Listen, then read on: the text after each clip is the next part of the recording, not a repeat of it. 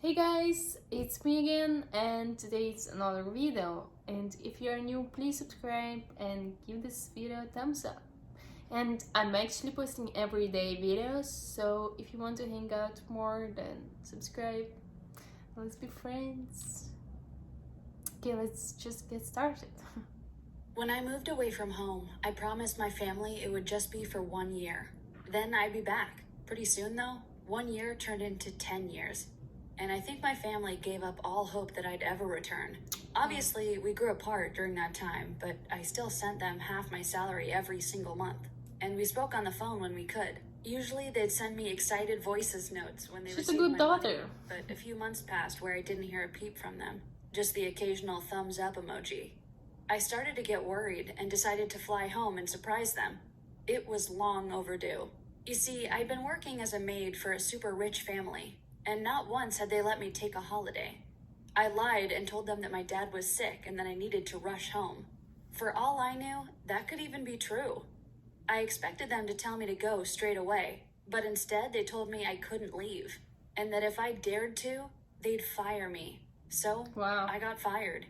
They gave me Wow. 1 hour to pack up all my stuff, say bye to the kids, and get out. I couldn't believe it. After everything I'd done for them, well, now I was even more excited to get home to my family, who loved me dearly. I used up the last of my savings to buy the plane ticket, but I knew once I got home I could live with my parents and they would take care of me, just like I'd taken care of them for all these years. Except when the taxi pulled up outside my parents' address, something didn't seem right. My dad loved gardening, but the garden looked like a wreck. Panic shot through my body. Something must have happened to him. I ignored the mess and rushed to the front door and started knocking. I knew no one was in because the house was in darkness. I decided to just try the door in the hope that it would open, and wow, it actually was. I walked right in, and I'm not joking, it smelled like someone had died in there. I covered my nose and ran into the other 2 rooms in the house, but the place was deserted. Then I heard a shuffling sound, and my heart froze. My parents were still here after all. I turned around and said, "Surprise, I'm home!" Except instead of seeing my parents standing there, I was face to face with a huge, hairy guy, and he looked more shocked than me. I screamed and asked what he was doing in my house. And before I could say anything more, he started running. "Hey, I'll call the police!" I screamed, and that got him. He stopped running and came back up the path. Then he laughed and said, "Ain't nobody lived here a month, sweetie. I moved in when I saw the place was deserted. Finders keepers, right?" I couldn't believe it. Where were my parents? I had a really bad feeling. Okay, I have Had a they bit just bad. abandoned me? I have a looked bad around the feeling room and too. noticed there were some envelopes lying on the table. They had my handwriting on them, and they were empty. The guy saw me looking at them and said someone had been sending money to the house, and how sweet it was of them. This couldn't be happening. I had to get to the police. No way. My parents could be in danger, or worse, they could be dead. The Oh guy my said he had to gosh. go run an errand, and I don't know why, but I decided to look around just to make sure my parents weren't tied up somewhere. Clearly, I'd been watching too many horror movies. The place was filthy, but seeing as I'd spent the last 10 years as a maid, I got to work and started cleaning the place. Hours later, the guy came back, and as soon as he was inside, I asked him what he knew. He said he'd never even seen my parents, and that this place had been empty when he moved in. I didn't believe him at all. He looked scared and pulled out his phone to call the police. "Hey, that's my dad's phone!" I shouted at him. Then he looked at me and said, well, it was here when I moved in, so I just sort of claimed it. But I didn't understand. Why had he been replying to me then? I asked him about the thumbs up emojis, and he said he was just being polite. And then he said, "Oh, so you're Anna then. Thanks for the money, doll. You've been a real help. We call you Anna the Angel around here. Very sweet of you." This was too much. I tried calling my mom's number, and suddenly I heard a phone ringing. "Oh, I didn't think Margot was here," the hairy guy said. Then he dug around in a sleeping bag and pulled out my mom's phone. I gave up. I'd just have to go to the police. I was too scared to call them in front of this guy, so I told him I'd go try to find my parents and I'd pop back around soon. I ran out of there with my suitcase, and then I called the police, who said they'd be right over. I decided I'd go speak to the neighbors in the meantime, see if anyone remembered me and could tell me anything about my parents. But there was no one around. In fact, it looked like a ghost street. Had everyone just moved out? I remembered my parents had mentioned they might move because there were rumors all the houses here were going to be torn down. Well, maybe that was what had happened. Maybe they just moved? The police arrived 30 minutes later, and they went into the house to have a word with the hairy guy. After a while, they came back out and said this whole neighborhood was due to be torn down any week now, so those squatters could do whatever they liked. But it's my house, I said. The policeman looked bored and said I could come down to the station and file a proper report. The whole time I was freaking out though. Why wouldn't my parents tell me if they Yeah, moved? but how about This the made no fonts? sense. Why do When we they got to need the the station, fonts? I told them my name. They typed something into their computer and looked up at me, confused. Sorry, ma'am, but it says here you live abroad? Duh, but I was back now and I didn't have time for this. I asked them to at least help me find my parents, and when I gave their names, they said they'd left the country a couple of months ago, and therefore they couldn't help me. I made quite a scene, and eventually they asked me to leave or they'd have to call the chief police officer. I'd been gone so long. I Sorry didn't know what guys to for do. that noise. My parents could be anywhere by now. And why hadn't they told me they were going traveling? I felt kind of annoyed. They should have been using the money I sent to look after the house, not go traveling. No wonder the house looked horrible. I walked the streets for a bit before finding a little cafe. I was starving and exhausted, so I flopped into a seat by the window and just ordered coffee after coffee while I tried to figure out what to do. Eventually, the manager came over to me and said they were closing soon. I drank up and was getting ready to leave when I heard someone screaming. I looked outside and there was an old woman by the window, staring and pointing at me. I quickly went out to see if she was okay, and she started praying and shaking her head. The ghost of Anna is here. Oh Lord, why? She kept muttering to herself over and over again. What? And then I recognized her. It was my grandma's best friend.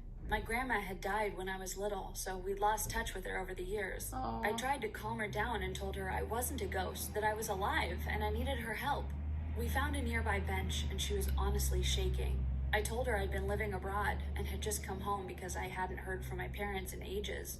She then told me that she'd seen my parents about 2 months ago, and they'd been hysterical, saying I'd died. So they'd left to go and collect my body. She said no one had seen or heard from them since, but that there had been a rumor going around that they decided to stay abroad because they were too sad to come home without me. This was What? crazy. I was clearly alive. Why would my parents think I died? Right? But why did they think I was dead when I was messaging them this whole time?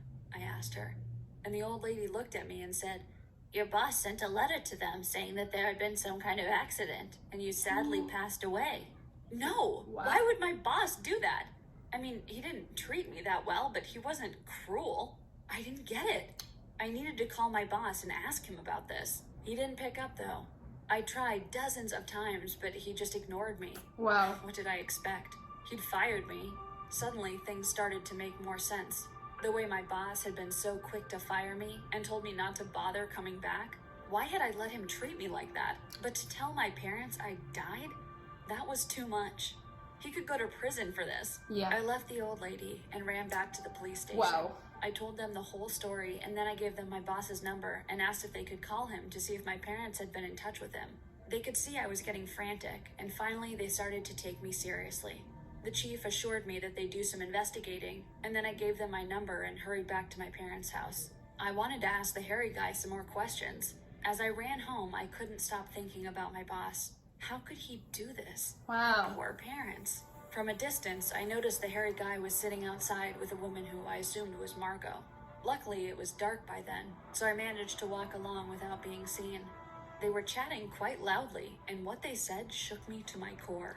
To be honest, I ain't sure she believed what I was saying about us being squatters. What if she figures out her parents left the country because they thought she died? We need to get on the run again. Maybe we can try our luck again in the next town. Then Margot laughed and said, I can't believe they fell for it. It was too easy, wasn't it? Let's just pack up quickly and get out of here before the police get onto us. I couldn't believe it. So they'd done this. Not my boss. They were criminals. Why would they do this? I was too scared to confront them, so I quickly called the police and asked them to come to my parents' address. They arrived just in time. The hairy guy and Margot were almost all packed up and were heading out to an old beat-up car, which I recognized as my dad's old car. Of course. Well, they didn't make it any further than the garden path before the police arrested them. They'd called my old boss, and of course, he'd known nothing about this and hadn't seen my parents. I needed to find them. But before that, I got to watch the police arrest the hairy guy and that Margot woman. Yay! They kept shouting at me, but I just stood there, grinning. Wow. I hope they got locked up for the rest of their lives. I wanted to beat myself up over the fact that I left to surprise my parents. But at the same time, thank God I did, because otherwise, who knows what those criminals would have done next. As it turns out, my parents weren't their first victims. They'd done this to 3 other families. What? Well, I'd put an end to that. And it didn't take long to track down my parents. Once the police here alerted the police over there, they managed to find them. They were staying in some kind of homeless shelter because they'd run out of money and couldn't afford to fly home. When I called them, they didn't believe it was me. They just kept screaming, and I told them I was safe at home and that I was going to buy their ticket so they could come back. I have never been more happy to see my parents in my entire life. When I saw them walking through the arrivals gate, I just broke down into tears. I thought I'd been through hell, but from the looks of them, who thought they'd lost their daughter, they looked completely broken. It was a pretty emotional reunion, and not what I'd expected when I'd flown back 2 days before. They filled me in on all the details, how their house had been robbed, all their money and phones gone, and a day later how they'd received a letter saying I died. They'd even had to borrow money to fly to bring my body back. What a crazy twist of events. Wow. But at least we're all alive and finally back in the same place again. I don't plan on leaving them ever again. Wow. Wow. Wow. That is kind of a shocking story, but you know, it can happen. It can, yeah. Wow. Glad that they're reunited and they're fighting and they're together, because 10 years without parents, yeah, that's a long term. Anyway, I'm glad they're together and everything is alright. Yeah, thank you for watching, and if you like this video, give it a thumbs up, and I hope you like this video too, because yeah, I hope you like this video. And I'll see you in the next video. Thank you for watching, and bye for now.